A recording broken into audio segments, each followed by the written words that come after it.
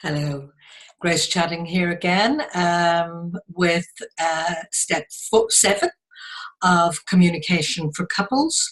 And in this one, we're looking at making requests and not complaints.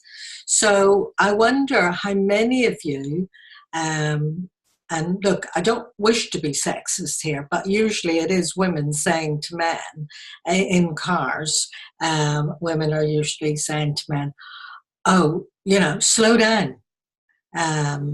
Because they get frightened and they're saying slow down, and very often the reply that they get back is I'm not speeding, I'm not going very fast, and often they'll carry on at the same speed, or sometimes if they're maybe not very pleasant, they may even put the foot down and go a bit faster just to prove that they hadn't been going very fast.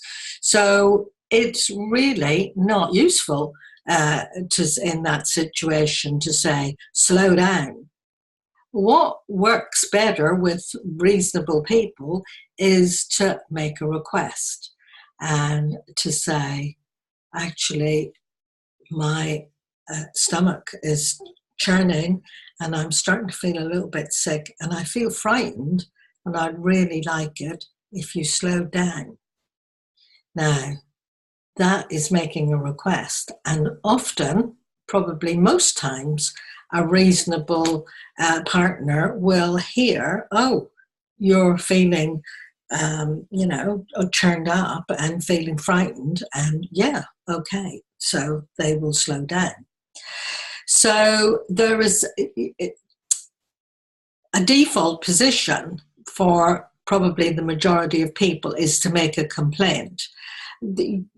All the everyday little things like, and look, it's not just, it's men and women, being messy, being untidy, getting toothpaste up the bathroom mirror, not making the bed well, throwing their dirty laundry on the floor, all those kind of irritations that are around for the majority of couples. Everybody's got their little eccentricities, shall we say. And just as a rule of thumb, and keeping this short, is that making complaints actually vibrationally, it brings you down, it brings your partner down. If you go around saying, I'm really fed up, look at the state of that bathroom mirror, there's toothpaste all over it, I'm just fed up with your mess, you just throw stuff all over the place. And also in the midst of that is often the use of the words always and never. So you always splatter toothpaste on the bathroom mirror. You never pick up your dirty clothes. Using that kind of language, using that complaining tone really isn't useful or helpful. So a more helpful way is to make a request and say, and I mean, I've said it to Alan, Alan, I'd really like it when you splatter toothpaste on, because he's got an electric toothbrush, and it spikes the toothpaste on the mirror.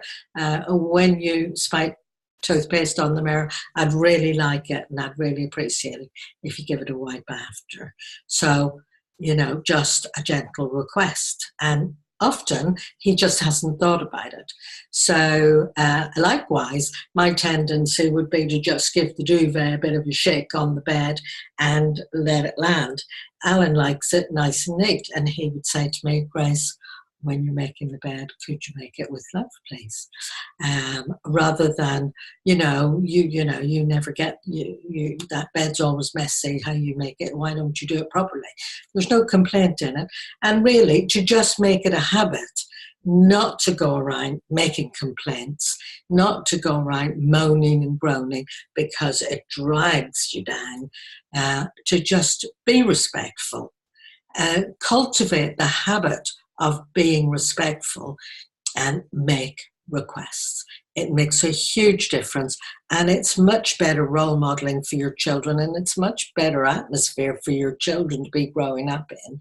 So it's not difficult to just get into the habit of making requests instead of complaints, and just to make that a rule in your household.